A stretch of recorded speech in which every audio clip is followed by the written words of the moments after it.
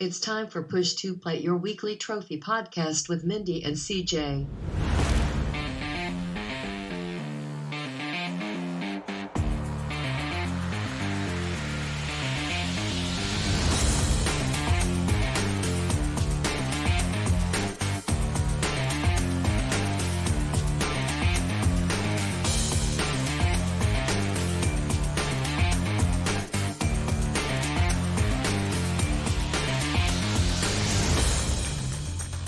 Hello, listeners, and welcome to episode 39 of Push2Plat. We're getting close to the end of the year today, recording on November 27th.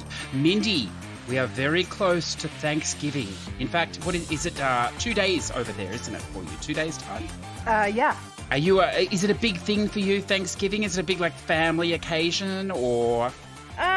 Generally, it's not like, everyone comes in from across the globe or whatever, but it's, immediate family.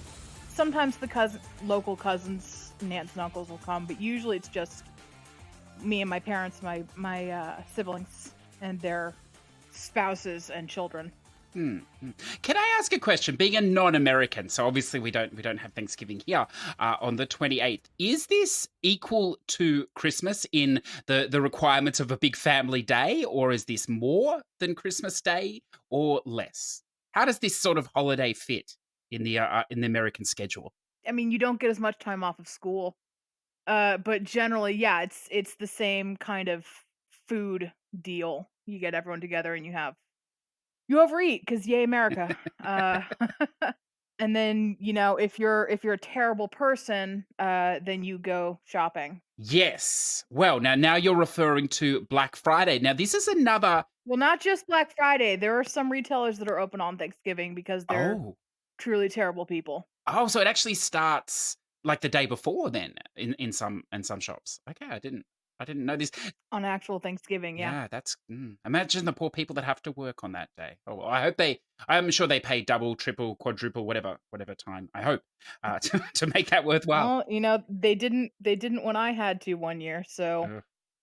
That's another issue. But what I want to pick up then on this Black Friday, because I always thought this was a uniquely American concept, but it's slowly infiltrated its way into Australia, but like on a massively small scale. But I see, through the PlayStation sales, it's becoming more and more global or whatever else. Is it like from looking in from the outside? It sounds like it's hyped up to the max. These, and I know it's the advertisers that are hyping it up or whatever. To sell products. Is it really like that in America? Is it that crazy? I mean, you read every year about people who get trampled to death because everyone's rushing the door at like Walmart, and there's always injuries. I read there's a website and I can't remember what it is, but it actually tracks like how many injuries and deaths occur every Black Friday, and it's like a real-time counter, which is funny but also really, really sad. See, well, I don't know. Maybe because the population is so big over there, there's a real chance you could miss out, I suppose. Maybe that's why it's such an adrenaline-packed lunge into the store, I suppose. Like, in Australia, like, everyone is so laid back. Like, by the time you put your thongs on, you packed a few drinks for the road, like, you'd be like 3 or 4 days late to the sale, and it'd be fine. There's plenty there, I suppose the advantage of having a smaller population. I don't know. Now, the other thing I was going to ask about is this other uniquely American thing, this Cyber Monday. This is not as big, though, is it, as Black Friday, or is it as big? I think it's getting bigger, and I have a lot less of a problem with Cyber Monday than I do with Black Friday. Mostly because, you're not forcing people to work. I mean, yeah, actually, there's people in the warehouses, but, you're doing it from home. You're not forcing retail workers to give up their family time. But Cyber Monday, I think, is more of a marketing thing. And then I think they probably looked at it and said, "Oh, well, we happen to have more sales around then. Let's just call this Cyber Monday and make it a thing." Yeah, look, I think it's fantastic. More consumerism. Why not? Why not spend what you don't have? That's what credit cards are for, surely, listeners, and then worry about that situation next year. But look, well, maybe that's not so much of an issue in America as it is here in Australia. I don't know. But look, more power to you, and may you find some amazing sales. I understand from what I've read, there are many to be had. Now, Mindy, I didn't say this at the start of the episode, but welcome back. We had listeners. It was just the last couple of weeks have been really difficult just with work and stuff, just organizing times and stuff. But we're back. We're back and back on and normal. Is that right? Normal? What is normal? Ugh, I would hate to be normal. But anyway, we're going again, I suppose, Mindy. So I thought we had this question last week, but you didn't get to have a go at it, and I'd be very interested in your your answers and your opinions.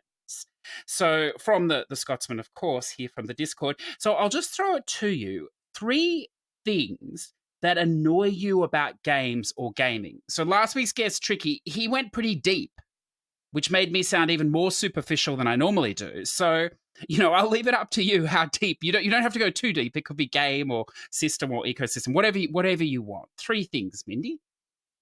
What do you think?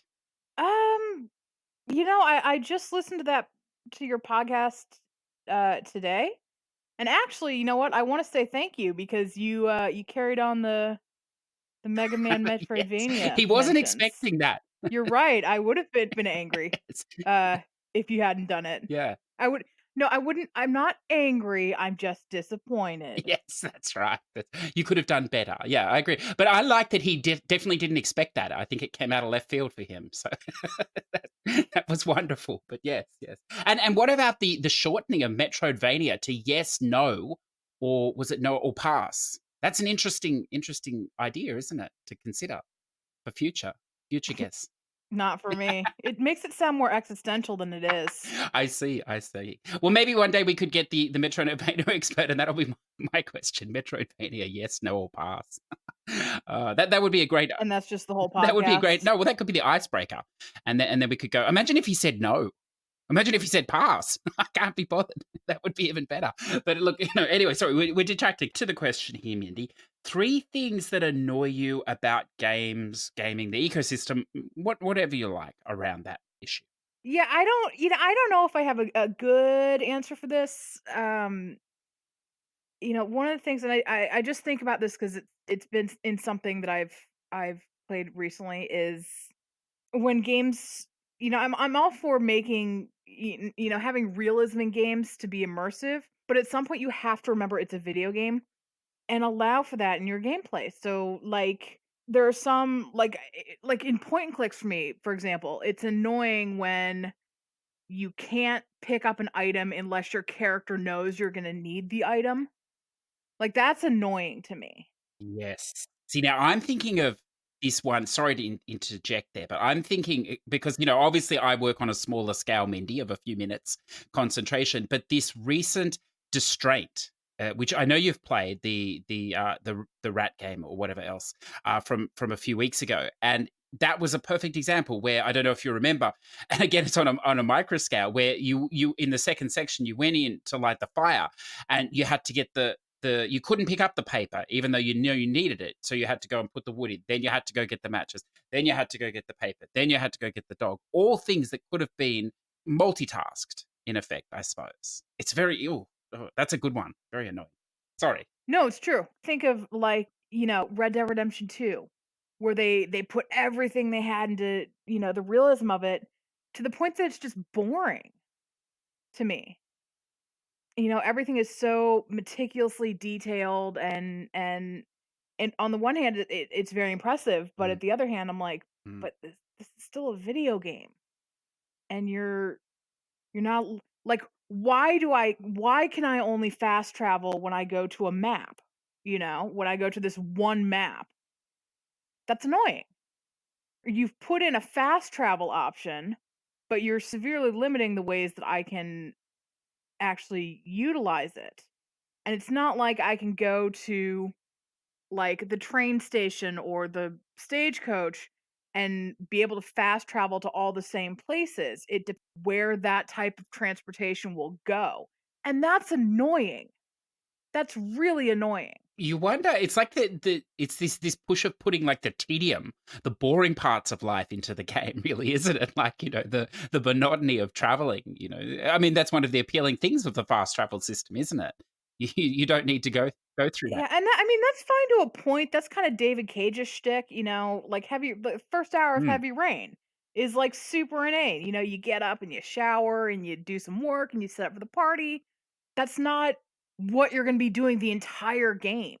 And with something like Red Dead Redemption, that's a huge part of the game, and it's got that whole survival element that you should be able to ignore it. If you don't want this like immersive stuff, like you should be able to turn it off or something, and you can't. And it's just I just want to be a cowboy and do stuff. Why do I have to worry about changing my clothes when I go further north? Why do I have to cook steaks and put the right herbs in it so my core is gold so I don't have to worry about the survival? Like it's so tedious. And you're supposed to be having fun and having gunfights, and instead you're like doing ugh. That's why I struggle with Red Dead Redemption 2 quite a bit. Okay, so I'm going to pose this to you then. So, it's common knowledge that gamers like to check boxes, the checklists, the collectibles, all this sort of things. So, isn't this really just a much more elaborate checkbox system? I don't know, because they still have the collectibles and they still have the side missions. This is just I don't know if I would just call it unnecessary bloat or if it's just kind of hubris, like, we're doing it just to see if we could. What is it, Jurassic Park? You focus so much on seeing whether or not you could, you didn't figure out whether or Yes, not you yes. should. Yeah, yeah, that's interesting. See, I always wondered, like, these life sims. Like, I don't know if you're familiar with the infamous Second Life, which didn't it lasted a while or whatever on the PC, which was just basically an alternate virtual life simulator. And I mean, there must be an attraction to these things. Obviously, Red Dead has a story as well and other things, but as you say, this is a big part of it. Just this life, and we have The Sims as well, which I suppose again is another angle to it all or whatever. But it must appeal to some people. This micromanaging, I suppose. Maybe not to us, that like the broad brush of moving forward. But yeah, it's interesting. This reminded me of the US Office episode where Dwight is like, I also play Second Life, Yes. and my character's name is Dwight Schrute, and he's the exact same as me, and he has the same job, except he can also fly. Yeah, but then, see, the funny thing is, I remember a few years ago talking to someone about these things, and they're like, some people live like their life in there, or their better life, or their true life in there. And I was like, this is so strange. But then you find out that it's exactly as you say, Mindi. They're just living like basically how they do in the real world, or their characters doing the same things with maybe one or two random things. But yeah, I suppose. I mean, maybe if you enjoy your life, then why wouldn't you? But I don't know. I couldn't. No, I think living your life 24 hours a day is enough. Surely you don't need to do it in a game as well. But look, more power to you if you enjoy that. Is there anything else, Mindi, that gets your goat? Nothing's coming to mind right now. I'm sure I'll think of something. So to be continued. Well, listeners, I'm only going to throw, because I had a good go last week, and like as touch wood, as these things always happen. I said glitches and doesn't really affect me, and then I go on this week to have my PS4 basically Chernobyl itself into to death or something. I don't know what happened there, but I think I told you. Oh yeah, that happened to me. That happened to me a couple months ago, and it happened to you now, right? That you go into a game and it crashes? Yeah, so I was going to ask you. I know we had a bit of messaging back and forth, but I just wanted to follow up on your fix because yours is working fine now, isn't it? Like you fixed it and it's back to normal. Yeah, I had to rebuild the database or whatever. Yeah, And yeah. and that's all you had to do, and then it was good from there. So, Yeah. oh, you were lucky. Knock on wood, fingers crossed. Yes, yeah. Well, I don't need to knock on any more woods because I've done everything now, listeners. That doesn't matter what happens next. But yeah, no, it was a journey of discovery, Mindi, because I don't really understand how the operating system works on that thing anyway. So I did a rebuild and then it didn't fix it. And then I did a delete your profile, which is exciting because that deletes all your save games and pictures and things. So you got to be prepared for that. Still didn't fix it. Well, sort of fixed it, but didn't fix it. And then I did the full factory initialization, is what it's called, where you just wipe everything. Ooh, I warned you against that. I hope you backed up your saves. I did, because listeners, I'm not sure if you know or not. This seems to happen about every 18 months or something, where it's I don't know if this was the same for you, Mindi. It's like a trophy. Well, I don't know if it's a trophy corruption, but this is where the problem comes from, in that it gets stuck on the syncing, if you like, and then I'll earn a trophy in a game, and it'll actually. We've never talked about this, Mindi, so I'll be interested. It comes up with the name of the trophy and the picture, but where the picture should be of the trophy thing, it's got like a there's no picture, just a blank or, like a little locked or something. And then if you don't sync that trophy straight away, it won't sync. Or if you don't go into the notifications and sync, it won't appear. But if you earn 2 trophies or whatever, it'll only get the latest one. So in effect, you end up missing one. So the machine or the game thinks you've got it, but it never went to your list. I don't know if that's what happened to you, Mindi. Is that similar or? I didn't even get that far. Like when it happened to me, no matter what game I opened, it would crash out after about 10 seconds. So, like I said, I rebuilt the database or whatever, and everything was working fine. I think there were problems loading like a new trophy list for the first game I played after I did that, but that was just a delay, and then everything's working fine now. Oh, good. Yeah. Well, I think Yeah. what happens is it must be that one trophy for wherever it corrupted or whatever happened to it, it sort of blocks everything from then on and it becomes very unreliable. So if that does happen, listeners, I would suggest don't do what I do and just keep going and go, oh, it'll fix itself, because it doesn't. And the problem is when you do wipe that, you have to go back and earn all the trophies that didn't come. It doesn't automatically give you them again, even though you would have earned them. So it almost means that hopefully you've got a save file before it, or you're playing through again or something. So it's very, very annoying. But anyway, the full wipe, so it's working. It's working. Hopefully it's working now. We shall see. But look, let's not complain. That's such a first world problem, as I'm told, Mindy. So anyway, why don't we shuffle across to what we've been playing? Now I see you've been very busy. You have some interesting titles here. I will let you decide what you'd like to share. I haven't been that busy. It's just that I haven't been on for 2 weeks. Well, you've been a little busy. I see a few things here.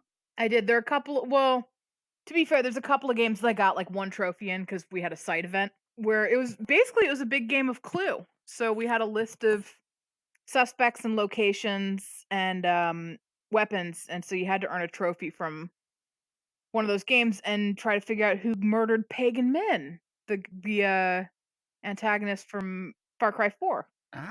And do we know? Do we know who the murderer is, or is it ongoing? We do. Dan, shout out to Dan, Man United fan, figured it out. I think with Congratulations, like sir. 12 hours to spare. Oh, wow. Like it was a close thing. Oh, fantastic. And is this one of these ones on PlayStationTrophies.org, or is this Yes. Oh, fantastic. This is on .org. Those are the only events I really do. Yeah. I know True Trophies and PSNP have events, and that's fantastic. But I tend to stick to just the .org events. Yes. Well, look, I can understand, because having seen all 3 different sites, there are some really deep dive sort of events on PlayStation Trophies, aren't they? Like this Cluedo. They really put some work into it. It's fantastic. Oh yeah, like there's a whole staff that just does the events. Yes. Whereas I think on PSNP it's like one person, 1 or 2 people like, "Hey, we want to do this." And so they kind of set it up, and that explains the 1 or 2 trophies, but I know which one I want to talk about, but I want to hear you talk about. I don't know anything about it, but which one would you like to start with? Let's see. So Lego Movie 2 I finished, Scarlett Mysteries, but I think you brought that up on last week's podcast. Yes. Just the new Artifacts Monday game. And congratulations on a wonderful guide, I believe, as well, out for that game. Yes, thank you. Mm-hmm. Pretty standard Artifacts Monday. I wouldn't call it better or worse than any of the other ones. Does this have a bonus chapter, or is this all just contained in the game? Believe it has a bonus chapter, but you don't have to play it for the platinum or anything. Most of the Artifacts Monday games will have a bonus, like a little bonus game that unlocks when you finish the main game. The question is whether or not you have to play it for trophies. And how are the hidden objects in this? Are they not too excessive? No, they're not. They're not too bad. There's not a ton of them in this one, actually. I feel like when I was playing it, I was like, "That's it." There's not very many. Okay, one to look out for. I mean, in the mild high class spam, middle spam. I don't know where you'd put those games. I think most if not all Artifacts Monday games are middle class spam. They're not full spam, but they're not high class spam.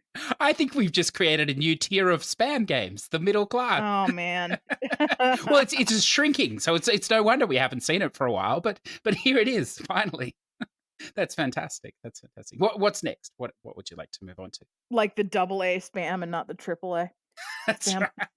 That's right. So this is interesting. So you know how if you've listened to the podcast for a while, you know that I've talked about Castlevania Requiem and how I was having a lot of difficulty with Rondo of Blood, Yes. which is more of a traditional Castlevania game. Most Castlevania games since Symphony of the Night were like Metroidvanias Mhm. until the PS3 Castlevania came out, Lords of Shadow, and Mm. then they turned into like God of War games. That is traditional Castlevania. You know, you're going for the high score. It's a side scroller, that kind of thing. And I was having trouble playing it on PS4, and I attributed it to, you know, I'm getting older, so the reflexes aren't as much there, but also because this was one I had not played. You know, I grew up playing the NES ones, and so I have muscle memory for those, but not so much this. And I wanted to get a trophy from this. I needed to get a trophy from this for the side event. And so every time I try this game, I'm like, ugh, let's see if I can get a little further. Because I just got stuck in this one stage over and over. And I don't know why I decided to try this, but I decided to do it remote play on my Vita. Oh wow. Just up the stakes. I like it. And then all of a sudden, I was getting through all the levels. I don't know what it is. Like I don't know if it's that because the Vita buttons are closer together and they're closer to there's less, I guess, distance for the button to travel when you hit it to register something happening. You know, and we're talking milliseconds, right? Mm. But I don't know if that was enough to make up for the fact that my reflexes are a little slower than they would have been. But I got through the whole game in 4 hours. Like it was rare that I was not getting through the stage on my first or second try. So I just finished the whole I finished the whole game, Rondo of Blood. And so now I've decided Castlevania Requiem will be my 25,000th trophy, that platinum will.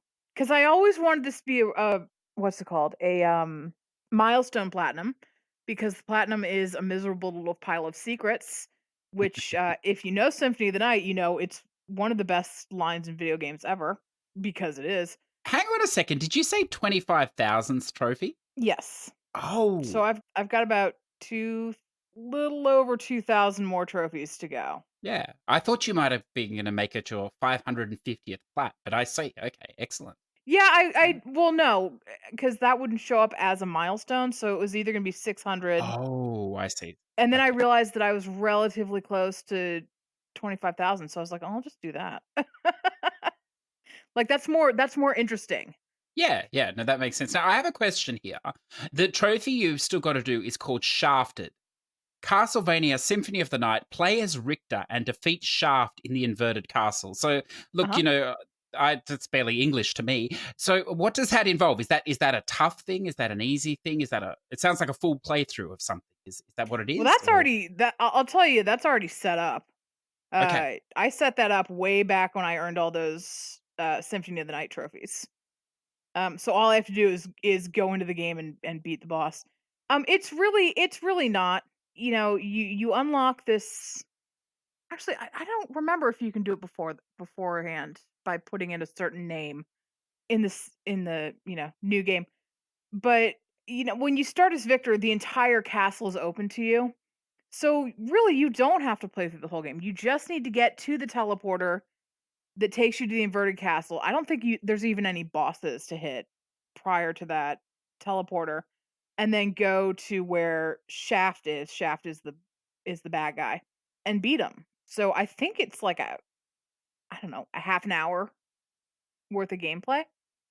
So no, it's not a full playthrough thing at all. oh, excellent. Okay, well, that game can shaft right off as far as I'm concerned. Shall we move on to? No, it's a Okay, classic. clearly, It's a classic, and everyone should yeah. play it. It still holds up really, really Yeah. well. Yeah. Well, that is fantastic because I know as you said, I've heard you talk about that trophy annoyance before. So that's awesome that you got it, and more power to the Vita, I suppose. Who would have thought? I know, Who right? would have Still thought? mad that Sony dumped Yeah, it. yeah. Now, what are we gonna talk about next? Which one? I'm getting excited. You can hear it, listeners. I know what you wanna talk about, and I'm gonna make sure I talk about that last because it's gonna get me angry. I played a football game. Yes. Is this the first time you've played it, or are you stacking it? It is the first time I've played it. Oh, okay. A delightful trifle? Liked it. It had good atmosphere. There was a real I was surprised by how kind of intrigued I was by it because it's such a generic little story. Have you played it? I have played it, yes. Yep, yep. Okay, so it's such a generic little story. Like, guy can't find it, football player can't find his cheerleader girlfriend. Hmm. It's a very, very basic and short story, but there's this kind of just underlying feeling that something's off in this whole thing. It is Mm. an interpretable game, so if you're expecting clear-cut answers, you're not gonna get them, which I actually kinda like. Recommend it. I do recommend it's still spam, but I do recommend it. It's one of those ones where, I mean, as you say, the narrative, it's kind of light or whatever, but I mean, for what it is, it's narrative focused. I found the gameplay didn't get in the way, did it? I mean, there's no puzzles, the choices, everything's pretty straightforward. Even finding the items you need, there's only a handful of things, so it's Right, but this is another victim of that, you can't do stuff unless you know you need to do it. yes, yes, that's right. Like there's a guy, like you go to the football field or whatever, and there's a guy who eventually you need to get cigarettes from him. But like he won't even talk to you unless you talk to the people who say, "Hey, we want some cigarettes." Yes, it's like Attack of And the I'm like, Fetch "Come Quest. on, man. Like Yeah, this is a lot of back it's a lot of back and that's. forth." I think it's 3 times back and forth for no real reason, is it? Yeah. That's right. Yeah, you could have done it all in one go, but yeah, no, it is what it is. I see One Night Stand is back. Yeah, I think that's the first time I've played it. Oh, okay. What'd you think? I liked it. I wish there was I can't remember. Did this one have fast forward? I think it did. Yes, yeah, like a skip. This is in that realm of Pantsu Hunter where I'm like, why can't I make saves? Why can't I make a save midway through so I don't have to do this 20 times, Yeah, you know? this I'm trying to. Yeah, actually, it's a very good comparison. Panzer Hunter. Yeah, I think I prefer this one better, Mhm. or better, more, I should say myself. But yeah, there's some dark endings in this too. One in particular, I remember. With the drugging of him. Yeah, it was good. Yeah, there are some Yeah. dark endings. But I liked this one too. Generally recommended. I did like the rotoscoping, and I know I mentioned that way back when we first talked about this game. I would like to see more games do rotoscoping like that. I think that'd be fun for me to see. And this was I'm just looking. Yeah, this wasn't from the Port Houses, was it? That we. No, this was sometimes you, wasn't it? Oh, it was sometimes you. Okay, yeah, good. So this is only PS4. That's right. There's no Vita for this. Yeah. Right. Okay. Yeah. Yeah. Cool. Well, now I Excellent. actually want to check. I think it was sometimes you. No, I just checked. Yes. Yeah. Just the Is it? just PS4 as well. Yeah. Yeah. Just the 3 stacks: EUNA and AS. Hong Kong. In Asia. Asia, yeah. We're getting closer, Mindy. And I played a little bit of PlayStation All Stars Battle Oh wow, Royale you're really going to draw this out. because I like it. I don't want to talk about it. Okay, PlayStation All Stars. Now this has been a long time game for you, isn't it? How long? 1 year, 1 month, 2 weeks, 12 hours, 10 minutes. Yeah, well, I Mm, got it on like I don't remember if it was free on Plus or if I got it dirt cheap in a sale. Because this is not my speed. It's a fighting game, yes. but for whatever reason, I owned it, and then the servers were shutting down last year, and I said, "Well, it's now or never." So I jumped on and got all the online trophies, and then I played with a friend who let me get all the level 3 super attack trophies because I knew I wasn't gonna good on myself, so he stood there and let me beat the crap out of him. Yes. Yeah. And get all these level 3 trophies. And so now I have to do the arcade, like, I've played this game like 14 times because you have to clear story mode with every character. Oh, is that what these all are? Okay. Uh-huh. So you're looking at a good 30 to 40 minutes per trophy at this point. Like it's tedious as hell. I know this is a really well-known and loved game, but I'm not that familiar with it myself. Is this like a normal fighting game story mode where there's like maybe a little cutscene and then a battle and then another little cutscene or text and a battle? Is that how it works? Or Yeah, that's exactly it. This is basically yeah, Smash Brothers, but okay, for PlayStation. yeah, And okay, sometimes there's a little story between the fights. yeah. They're monotonous, aren't they? I'm just trying to think back to Samurai. Samurai Showdown had a similar trophy for playing the 30-minute story 14 times, and at least Soul Calibur 6, it had some variation in its character stories. Not a lot, but some. But yeah, that's monotonous for sure. Good Mhm. luck with that. And then Obra Dinn. Return to the Obra Dinn. I platinumed it. I am currently the fastest platinum earner at 46 minutes and 49 seconds. If I had done more planning, I believe this can be a under 30-minute platinum. Nah, under 40, let's say. See, I thought this game was a lot longer than that. So is that Oh, it is. It Oh, is. okay. Okay. You're looking at 3 to 5 hours to play this game. Yeah. But all of the trophies are tied to stuff you do at the end. It's all tied to figuring out what happened to everyone on the ship. You can play through Yes. the entire game and then just start earning trophies. Oh, I see. Yeah. I waited until I had all of the clues and then I started solving all the fates. As opposed to what you're supposed to do when you first play the game is you see little scenes of what happened and then you go into your journal and mark and say, okay, I know this person, this picture is this crew member and I think this is how he died, so I'm going to Mm. put it, I'm going to put that there and the game will tell you if you're right or not. You know what I mean? So does that mean there's no missable trophies in this game if you can do it all at the end like that? No, nothing's missable technically. Technically. Okay. Maybe check the guide. Well, there's debate. So there's one trophy called Captain Did It. And basically how that works is you need to correctly identify the captain, and then you need to say that the captain killed absolutely everyone on the ship, which is not true. There is debate as to whether or not you need to have a totally unsolved journal for that to happen, which would mean you would need to copy your save file onto one of the other save slots before starting to solve stuff.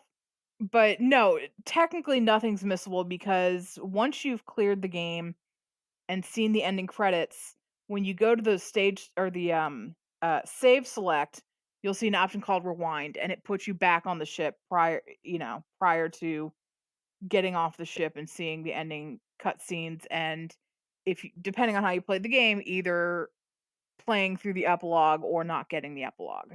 So I have another question for you on this game. So Lucas Pope, so renowned game developer, designer, indie game designer, is this game, and obviously, it featured very highly in the Game of the Year awards a few years ago. Is it live up to the hype? Is it something we should play? Do you think?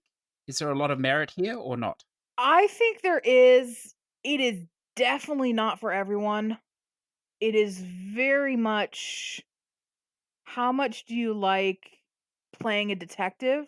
And not even in the kind of the way a lot of video games have you play detective where it gives you every single clue and a lot of detective games it's like multiple choice anyway. But this one really is like he gives you a Hmm. lot of stuff but not all stuff. So you'd have to go through process of elimination and guess some things and then see if the game tells you if you're right. And the game won't tell you if you're right every time. It takes you have to correctly solve 3 fates, and then the game will say you're right. So if you get 3 and 2 and one of them's wrong, it won't tell you which one's wrong Okay. either.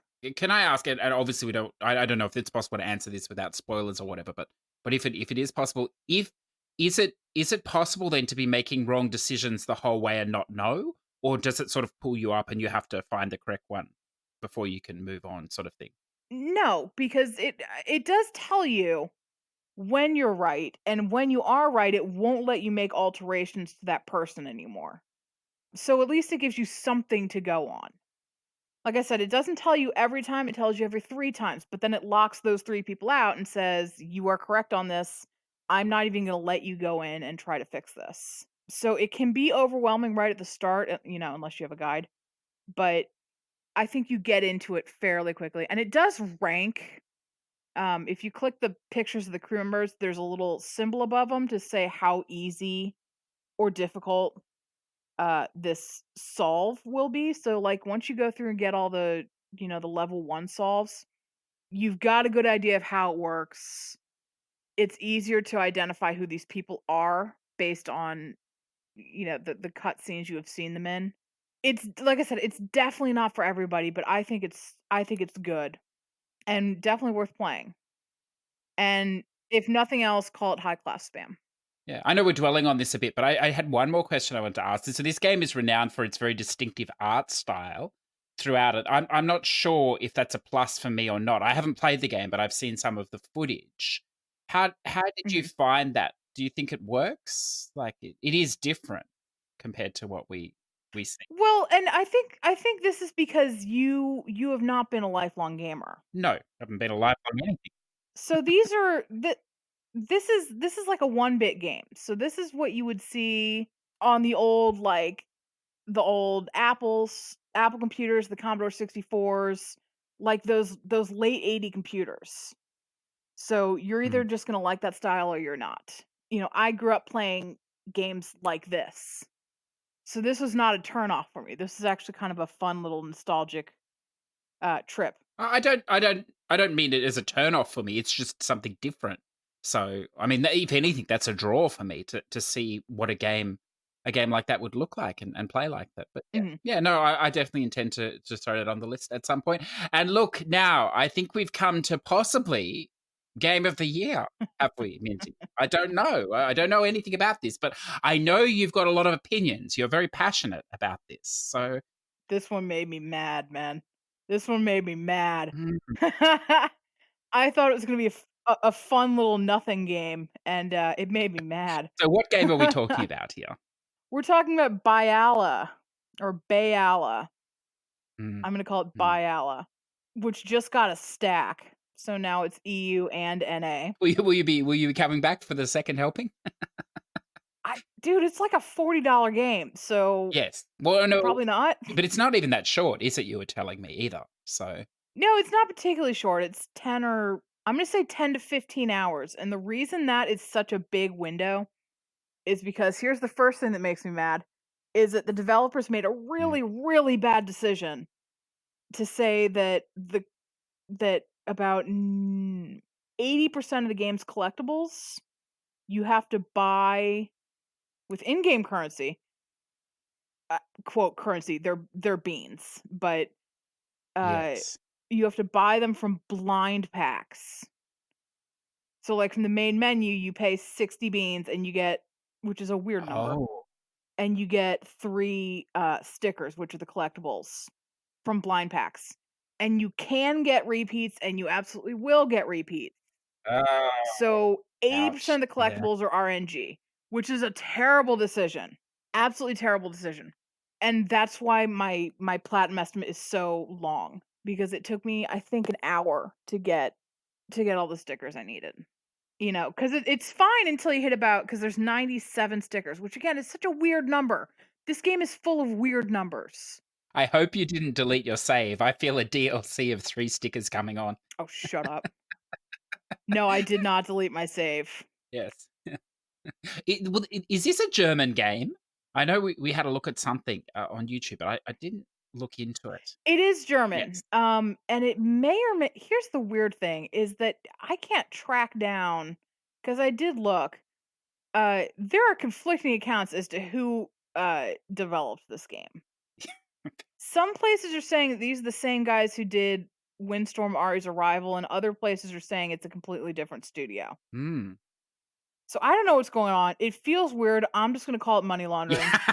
Yeah. Uh, Tell me though, did you? We could rule him out potentially. You didn't happen to see Kojima's name 10 times in the first 10 minutes, did you? by any chance? No, I did not. Well, good. So he's not involved with this one then. We know No. that for sure. The German money laundering game. I like it. So what is it? What is the gameplay of this game? So this is a what you would call, I guess, an exploration platformer game. It's basically just a lot of taking quests from characters, and it's not difficult. The only reason it would be difficult is because it's a locked camera. So sometimes that works against you when you're platforming, like when there's moving platforms and it's Uh, not the best angle, so you'll think you're going to hit a platform and you don't. Here's my main gripe with this game. And this made me mad, and CJ can attest this because I was messaging him and I was angry. Bayala is a game about fairies. I don't know. They keep calling them like sun elves and shadow elves, but they have wings. They're fairies, right? And it's questionable. I could not figure out if these were like full size people. I couldn't figure out the scale of this, and this is not what made me angry, but just confused. I couldn't figure out the scale of this world because you think fairies, you think small, little small people. And there's things to back that up, like they use mushrooms as jumping pads and they live in mushroom houses on like lily pads. So you think very small scale. But then one of them has a pet raccoon, and then another one is riding horses. So I'm like, either these are real tiny horses and raccoons, or these are full size people in a world of like gigantic ass mushrooms. I didn't get it was a weird thing to realize when I was playing that I had no idea what the scale of this was supposed to be. And like one of them sleeps in a tree. I'm like, is this just a massive tree? Or is she a little, okay, whatever. But uh, what makes me mad is that they're fairy people mm. and they refuse to fly in this game. There is no plot reason for it. In the cutscenes, they fly, but in the game, you have to platform. You can't fly. In the game, you have to ride a horse. You can't fly.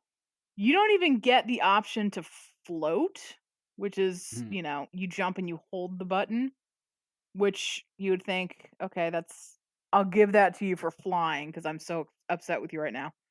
You don't even get that option until about midway through the game.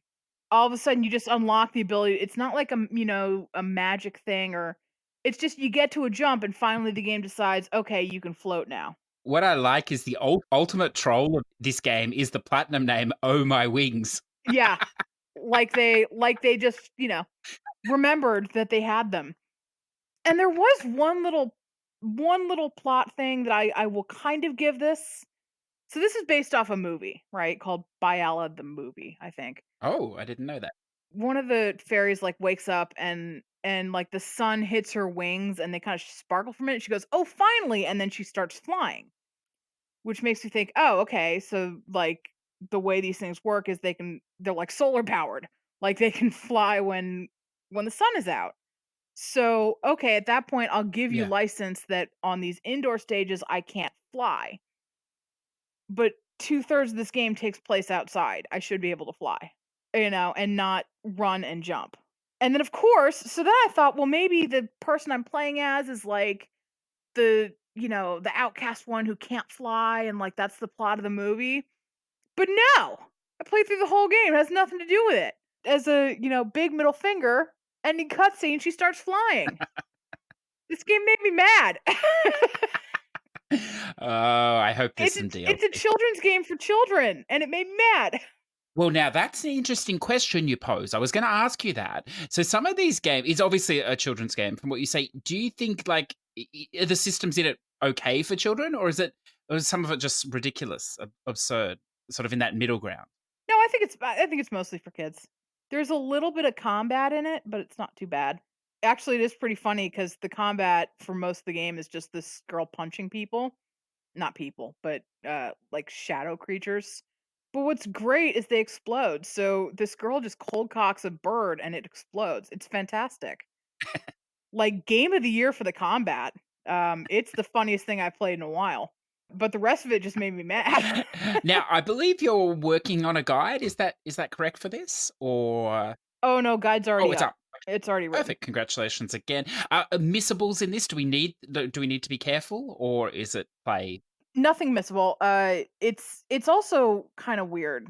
So there is like a map, and the game pushes you through the whole map, and then once you've cleared the game and seen the credits, then you can actually free select things on the map and go back and clean up, side quests and collectibles that you missed. But there's no so the interesting thing is there's no map like go back to map screen. So when you're finished in whatever area you're in, the only option you have is to quit game, but that doesn't take you back to the menu. It takes you to the map. And then on the map, if you press the back button, then you go to the main menu. How far into this game did you get before you realized you hate playing it? When I realized that there was no good reason that this girl was not flying. I gave it the benefit of the doubt, and I thought maybe there's a reason So that about an this hour? specific person, this specific fairy, cannot fly. And then I think it was around the time when I got the float, which was not even halfway in, probably a third of the way in, that I was like, "Oh, so you just won't let me." It's not a matter of she can't, Hmm. because I think it was around that time there was a cutscene of all of them flying. And I was like, "Oh, so it's not a matter of this character can't fly, it's that you won't let me make her fly." And that's when I got mad. Oh, well, look, let's go with Bayala, or Bayala, the inclusive German fairy game. There's something there that could be done with that sentence, but I'm not going to. It's too easy. So if you're looking for this game, I believe it's only available in Europe at the moment on the European stores. Right now, it's only on not even just the European. I think it's only on the British store. Possibly. I could be wrong about that. That's the only one I saw it on. But like I said, there's a North American stack list that just came up. I don't think the game is out on the North American store yet, but the list has gone live. I imagine it'll be on the German store because they have a lot of these sort of child games. Not saying anything, not. It is where Sometimes you gotta take a break and play a children's game meant for children. Look, again, I've got to be careful what I say here, but I enjoy it. So why not? Why not? It is a little longer than I was anticipating, so we'll have to see. Yeah, me too. I was actually surprised by the length. Yeah. Well, it is what it is. That's good. Anything else you'd like to throw out there? See, I knew you'd played quite a bit. I am playing something on an alt account, but I'll talk a little more about that during the new release because it's coming out this week. Oh, perfect. Oh, yes. Okay, excellent. I'm looking forward to hearing about it. I have a question about that too, but we'll wait for the new release. So, look, listeners, I don't know. I want to hear about the unicorn game. Yeah, well, should we start? I don't care about anything else you've played. I know you've played the unicorn game. And I have. Well, I'm going to do the same thing you did. Oh, I'm sorry, unicorn princess. I'm going to hold the unicorn princess till the end, then, so I can build your anticipation. So, look, I'll give my 3 seconds of love to Need for Speed Heat. Thank goodness, listeners, you won't have to hear me talk about it again. It is finished. What a massive Mindi! It was a massive collectible grind in the end, 400-ish different sort of collectibles and activities. The activities are fun. You do things, but the collectibles not. There are 2 sets of collectibles. Street art, there are about 130 of those, and then pink flamingos, neon pink flamingos, and there was 100 of those. So it is what it is. One set of collectibles would have been enough, but 2 is extra value, I suppose, Mindi. So we're all about getting more value. So, but that is finally done. I was having a little trouble with a couple of the speed activities, but I realized that if you are going to play this game, my advice would be to do some of the high heat races. I just did the bare minimum that you needed, but if you do some, you'll unlock a 15 boost turbo.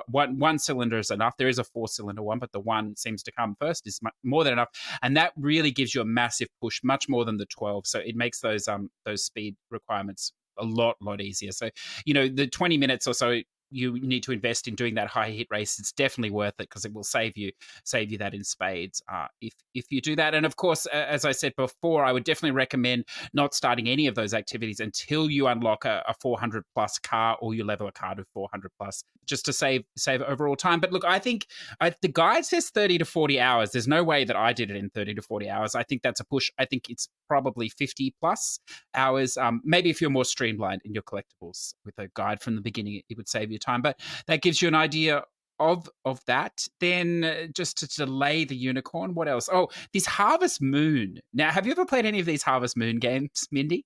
I played one on the DS like yonks ago, but I don't really play them now. No. So, the ultimate gathering, fetch questy type, time wasting games or whatever, which, I love the idea of, but they're just way, way too long, and grindy for me. But this one here, Mindy. Now, this is something that the purists would be disgusted at, I'm sure. Yeah, it's a cash grab, they would say. A mobile game that's coming to the PS4. It's dreadful. But this Harvest Moon Mad Dash. So it's all in the name, listeners. It does play like a mobile game.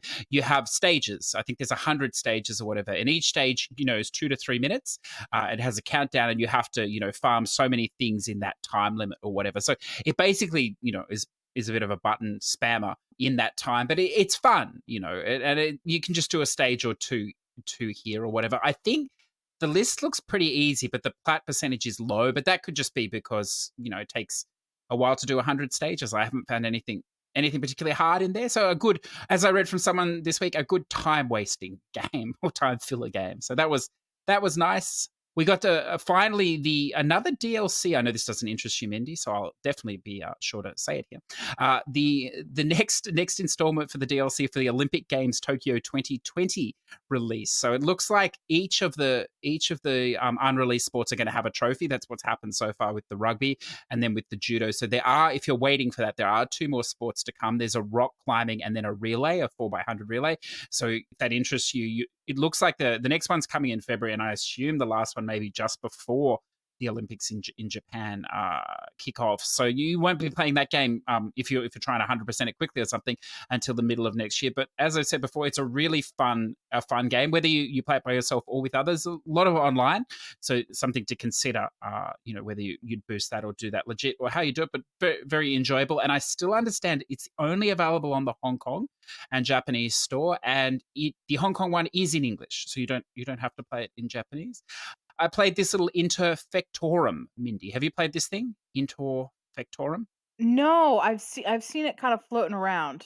It's like a new fast 100% list, right? Like there's lots, you can skip everything. Pretty much, yeah. And look, I read it for a bit. It's not great. So it's a purely for trophies. If you prefer now. Well, let's save that one there for the spam, I think. So just before we get to the Unicorn Princess, Mindy, I should talk about Terminator Resistance.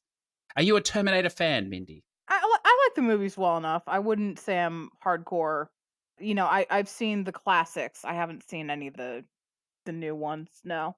Yeah, well, like I've seen most of them. I haven't seen the new one, for which this game is loosely based, I believe, on. But this is a funny game because it's a full price game, as much as they could possibly charge, and and being a movie license game, and I know that's a risky proposition. I mean, especially I don't know, Mindy, if you ever played the Terminator game on PS3, or did you avoid that one? I did not. Not the best game, but it is. No, but it was it was a spammy plat, wasn't it? Well, it was old school spam. That's right. It'd take you 8 hours Yeah. plus, I think. But yeah, it was, and a little bit cheap at times. So this one, like, this is a much more evolved game, obviously, than that. But it's not. It's definitely not a big budget game either. Like, well, they haven't. I mean, the cutscene. So it basically plays in that some of the missions are sort of, I wouldn't say open world, but much more open linear. Like you can definitely choose how you approach things. It's a more open map with so it does bring in an element of stealth if you wish. You don't just have to go straight up the middle. But then it juxtaposes that with about, well, I wouldn't say half, but close to half the missions are very linear, cutscene driven sort of ones, and also almost to the point where you could basically run, I have a feeling, to the next checkpoint and just avoid many of the enemies just to keep forcing it forward. So that's fine or whatever, but the big set pieces, I suppose, when things explode, they're just not that big. Lack of money or whatever else, I suppose. So that was a little disappointing. But if you're prepared to put that to one side, and that, you go in knowing that or whatever, the story is actually really quite good. I was quite surprised. So again, the character models are fine. There's no real facial animation in them, unfortunately, in the quest givers, but there's a lot of dialogue. It tells an interesting story. I haven't quite finished it. I'm basically up, I think, now to the last two or three missions, so probably like 20 minutes or half an hour or so. And each mission has a series of side quests as well, which you can either do or not do if you want. I think there's a trophy for doing 5. There's way more than 5, but I suppose if you didn't engage with that, that could be an issue. But they're good, and the side missions are based in a hub world. You get them like from the NPC or whatever, and then they're all in the more open linear, I suppose, worlds, and they're not difficult or anything, just usually little collectathons or findathon type things. So look, I don't want to say it's a spam plat, although I understand if you know what you're doing, you can do it in 3 hours.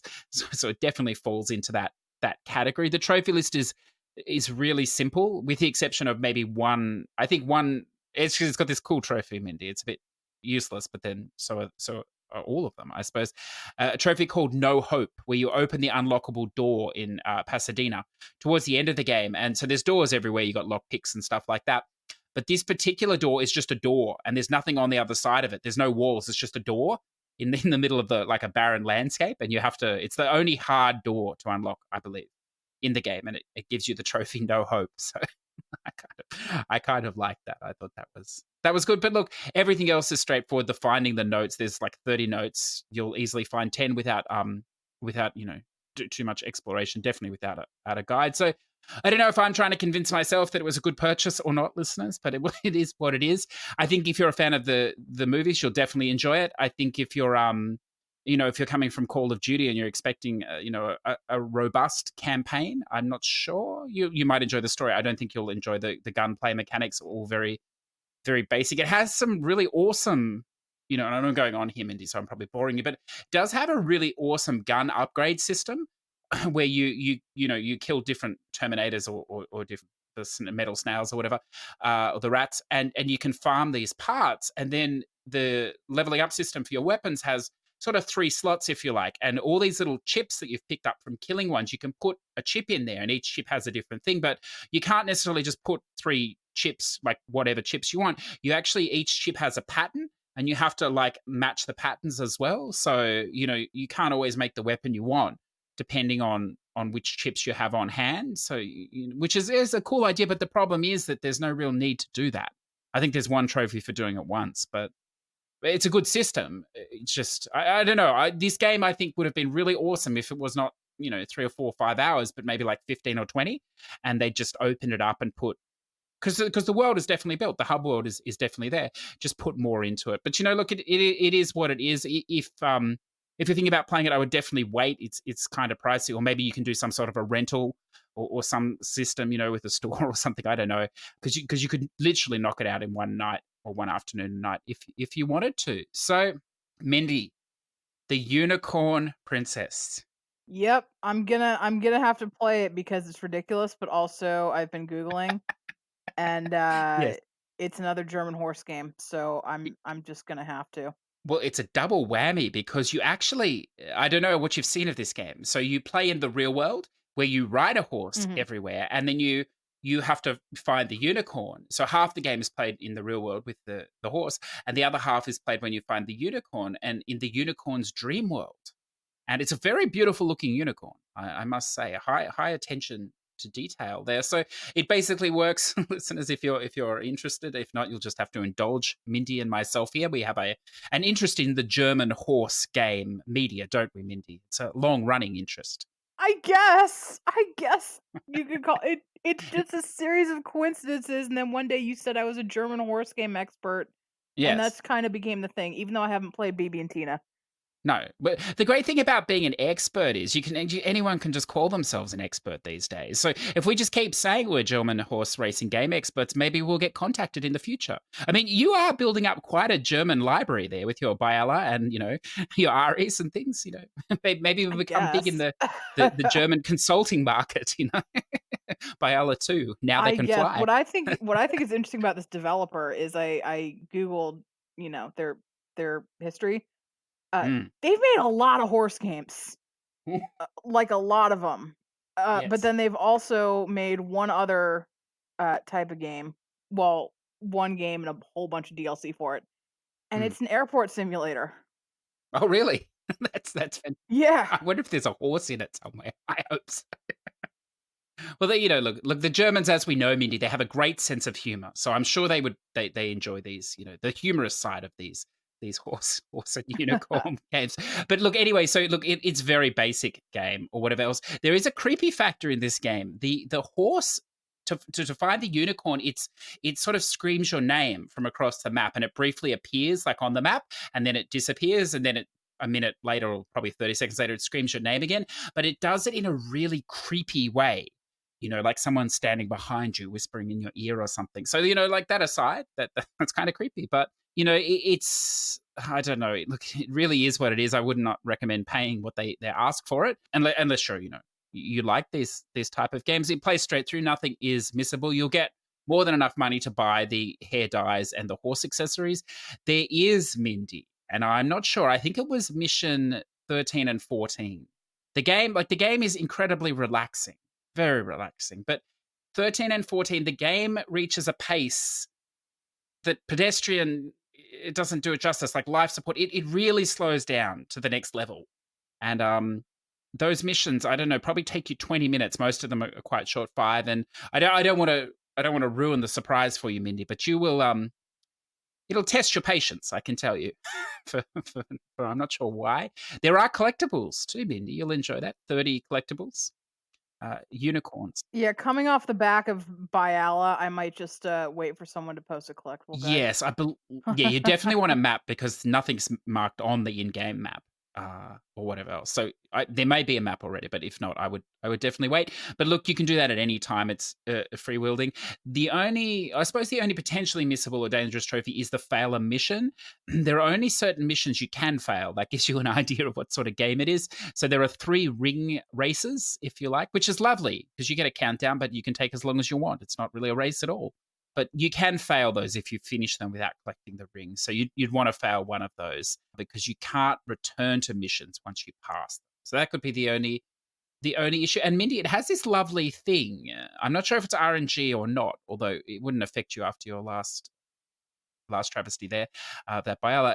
For 3 of the missions, you have to find different, like a sword, a shield, and a helmet. But there's a section on the map, so like maybe 10% of the map or so, not too large, where it's hidden. But they hide like 40 different swords, and you have to find the right one. So it's a matter of just riding around collecting them all till you find the one or whatever. So that's fine or whatever. But then the final mission is you have to find all 3 of them, and it's spread across the whole map. Now, I'm not sure if it's RNG or not, but that is also a little frustrating potentially. But maybe wait until someone marks where they are. But look, all up. I don't know. I Can you name the unicorn? you can name your horse. No, you can't name the unicorn. No, Oh, that's a shame. it's already named. But it is a beautiful unicorn. It has sparkles when it jumps. What would you name it if you could name the unicorn? Look, I don't know. I don't know. I don't. Have you got a name off the top of your head? I do. What would you call it? I do, and this is a deep cut to viral content from 10 years ago. Hmm. I would name it Feathers or Cadillac or Tom Cruise. Okay. Okay. You've never seen Planet Unicorn, have you? No, I have not. No. No. So, there's a song too. I'm just thinking about it now. It's dreadful because I'm not going to remember it. About a unicorn. It's kind of an offensive song. I will find that, Mindy, and link that to you at some point. But anyway, I don't know. I would name it whatever that unicorn was named, perhaps.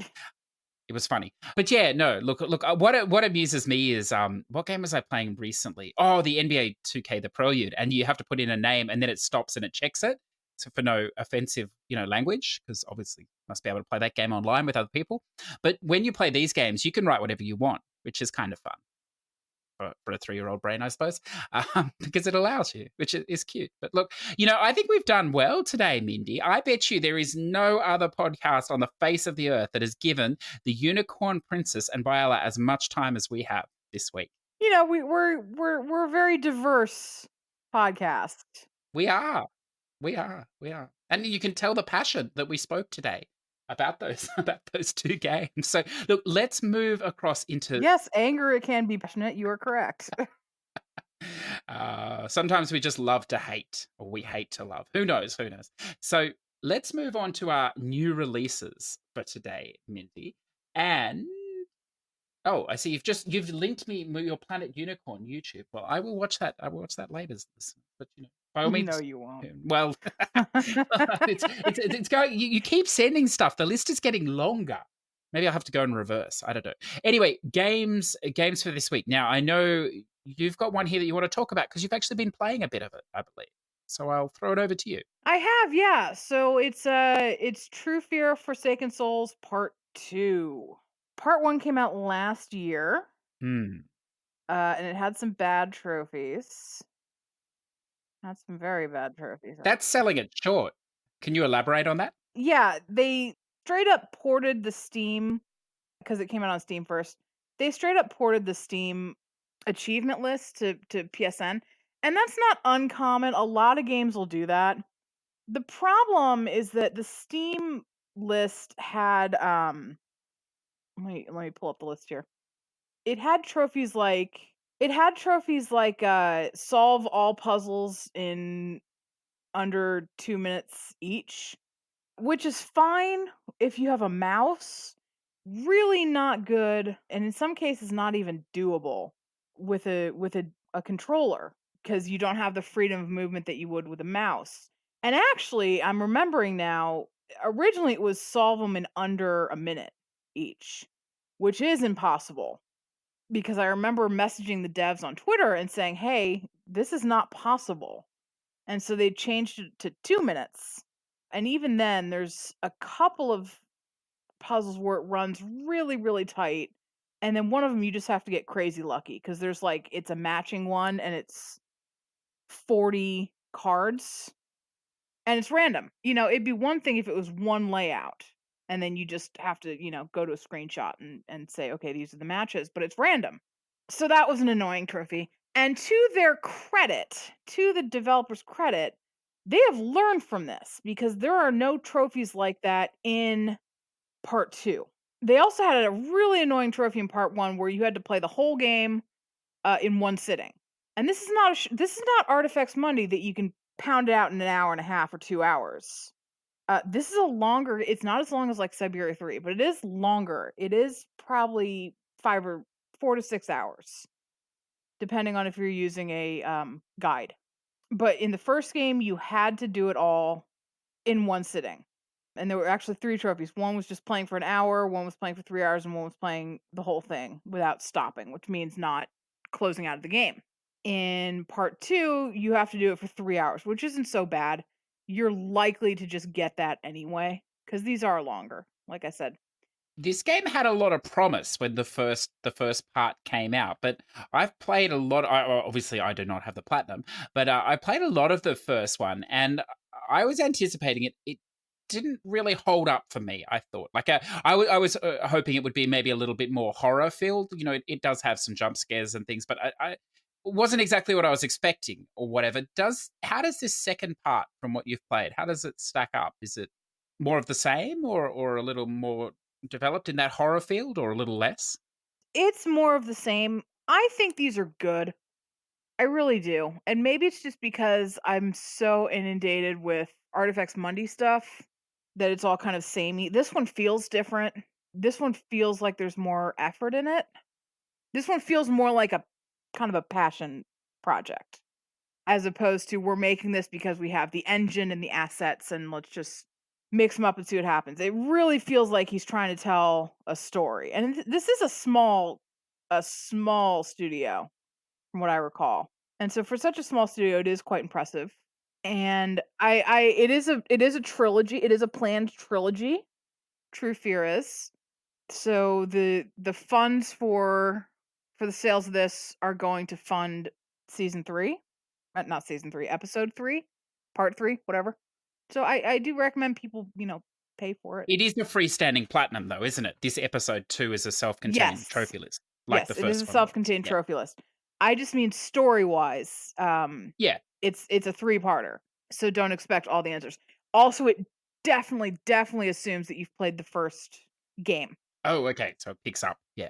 There's a little bit of a recap at the beginning, but not a ton. Basically, it recapped the stuff I remembered and didn't recap any of the stuff I didn't remember, That's which is helpful, not isn't it? great. Yeah, well, they're testing that you've done your legwork, I see. Okay. It's pretty reasonably priced, I noticed on the store as well. So that's another thing. Yeah, it's like Yeah, $10, and you think Artifacts Money games are like 15. yeah. This will definitely take you longer. I think it's a better game. There are some bad puzzles in it, but generally it's pretty good. Are they on it like roughly, was it a year ago the other one came out? Are they on like a 1 year sort of cycle, or is it a bit longer than that, I think? I don't think it's a cycle thing. It was out on the first one was out on PC for a while, and then it got ported to Oh, PS4, okay. and then part 2 released on Steam around this time last year. And I picked it up on Steam, and I wrote a walkthrough for it. So the walkthrough's already done. Oh, I was gonna ask you that. Oh, excellent. I wrote the walkthrough expecting it to come to PS4 within a couple of weeks, Mm.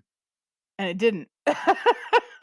It was a slow And it burn. wasn't until last week that they were like, "Hey, it's coming out on Switch." And I immediately contacted the devs. I was like, "Yo, PS4? Yes, no? Question mark?" They said, "Yeah, PS4 at some point." And then they sent me a code a couple of days ago. And I think it's up on the store now. I think those weird releases where it didn't come out on like the normal day. I think it came out on like Sunday. Yeah, I believe you're right. Sunday, Monday, because as we said, listeners, we're recording midweek, so many of these games that we talk about today, they're all, or in fact, all of them will be most likely available. So yeah, that is something to look forward. And it does sound like the third part will definitely happen then if they're on that traction with the PC earlier. So that's good. And it's an attainable platinum by the sound of it this time as well for the normal gamer. So why not support it? That sounds wonderful. Perhaps not for everybody, but in its own right, an exceptional game.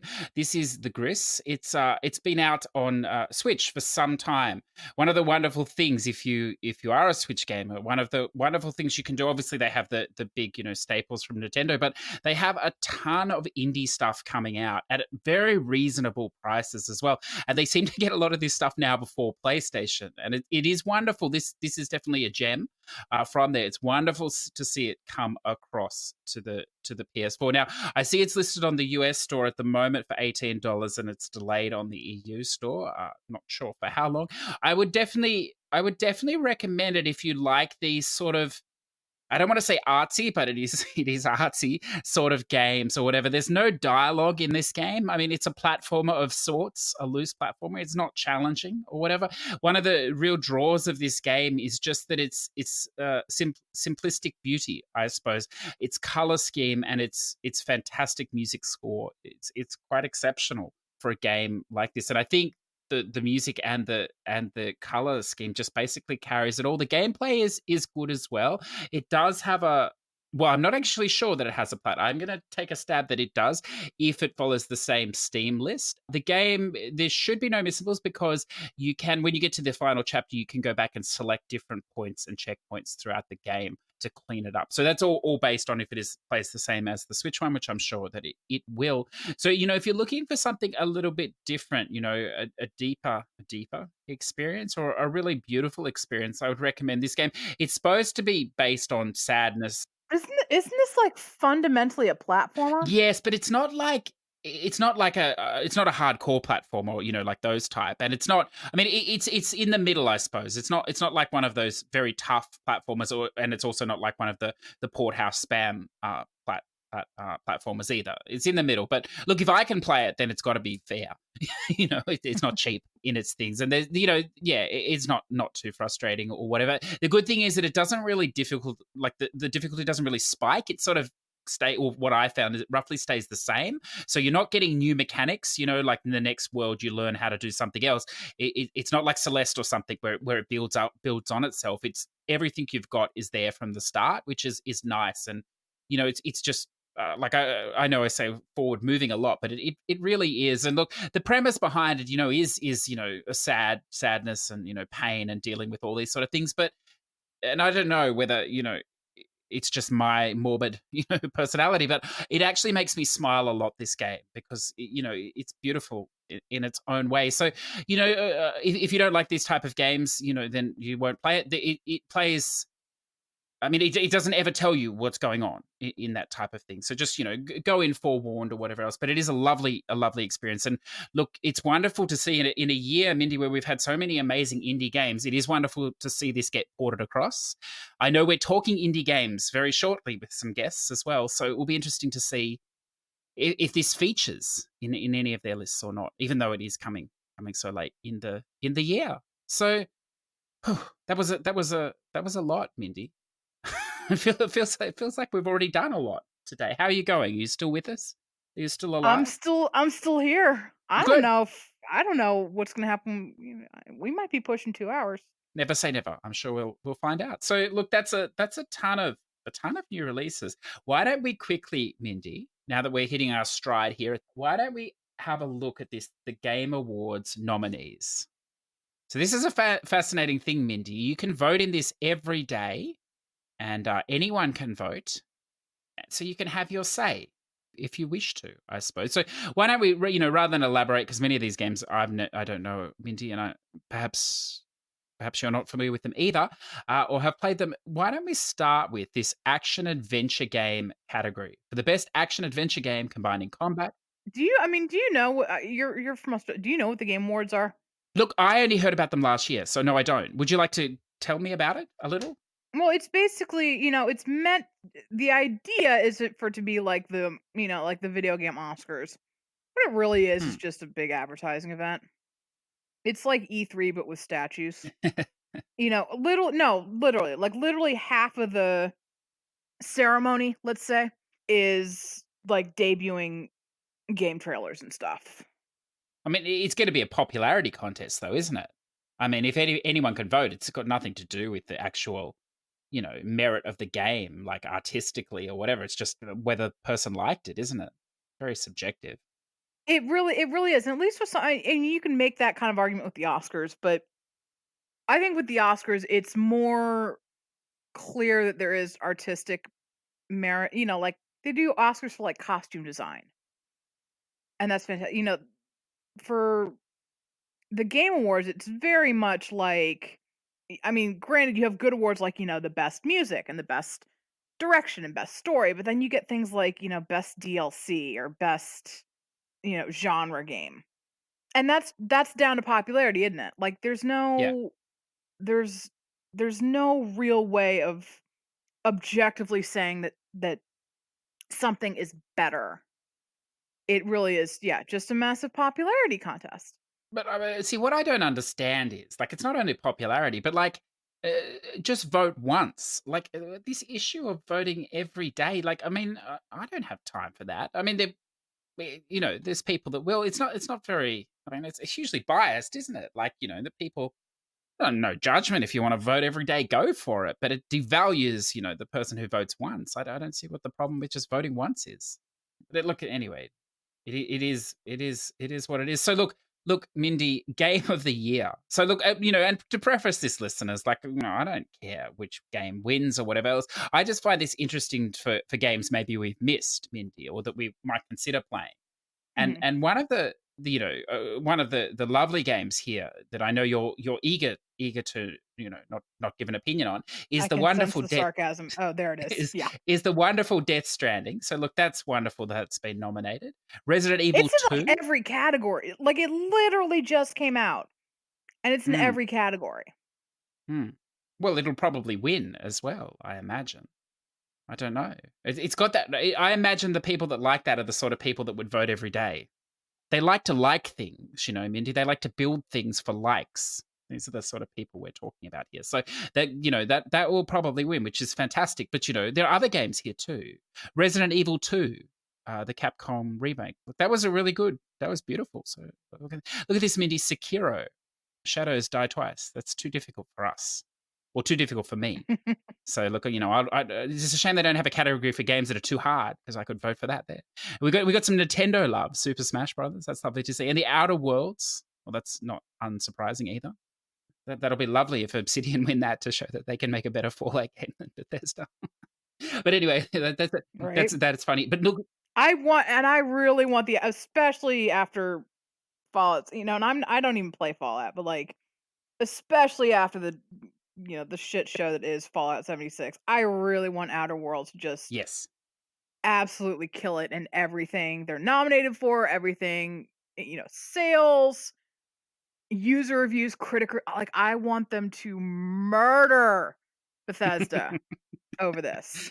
Yeah. Well, look, I'm sure Microsoft does as well. I mean, that's it's just it's a great pickup for them, Obsidian. So it's gonna be interesting to see what they do from here on. So that's lovely. But the one that interests me the most here on this game of the year, which is interesting, is this Control, because everything I've heard is it's a commercial flop or whatever else, despite it being a game that I quite enjoyed. So it's lovely to see that it's there amongst the company of I would probably hazard a guess that the other five being everyone would agree. So Control maybe a little bit of a Oh, and surprise. another thing, I didn't. Sorry, before we move on, another thing I didn't is that you look at this list. The majority of these games came out in the last 2 or 3 months. Like I wouldn't. It's not surprising to see one or two like best indie game. One of the nominated games is Untitled Goose Game, and that's not a surprise. That just recently came out. It was this massive hit. Okay, that's fine. But you look at Game of the Year, right? You got Control. That came out, what, 2 months ago? Mm. 2, 3 months ago? You got Death Stranding that came out, like, yesterday. You got Outer Worlds that came out this month. And then, of course, okay, Smashies and Sekiro and Resident Evil 2, okay. But just down the nominations list, and it's all these games that came out in the last 2 or 3 months. I can't really be angry because it is a popularity contest, but it really is just kinda, I don't know. I don't watch the Game Awards. I kinda look to see who wins, but I'm more interested in who gets the Lifetime Achievement Awards. One of the things that I like about the Game Awards is that in 15, they gave the Lifetime Achievement Award to Roberta Williams, who founded Sierra and invented King's Quest and really pioneered what adventure games became.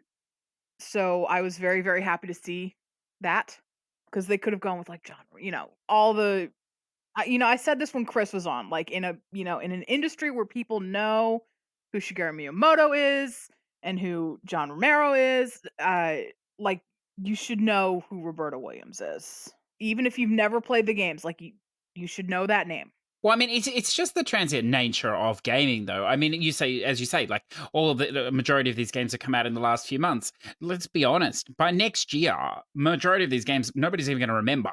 Like the market has just moved so quickly. So definitely the acknowledging of the people behind the games is far more interesting.